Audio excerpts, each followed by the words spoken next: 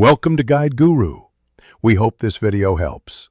You start by confirming your device supports Face ID and that your battery is above 20% because interruptions break the enrollment. Once ready, remove any obstructive screen covers and glasses if necessary. You want a clear camera view. Now open Settings, tap Face ID and passcode, and enter your passcode. This opens the Face ID enrollment screen so you can begin scanning. Follow prompts to position your face inside the frame and prepare to rotate. You'll complete 2 face scans to capture depth and contours. Hold the iPhone at eye level about 10 to 20 inches away. Make sure ambient light is even so shadows don't confuse the sensor. Once prompted, rotate your head slowly in a full circle for the first scan, then repeat for the second. Make sure you see the moving circle complete. This ensures a robust depth map.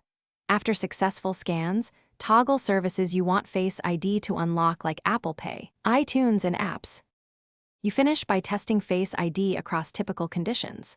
Different lighting, with glasses, and smiling or neutral.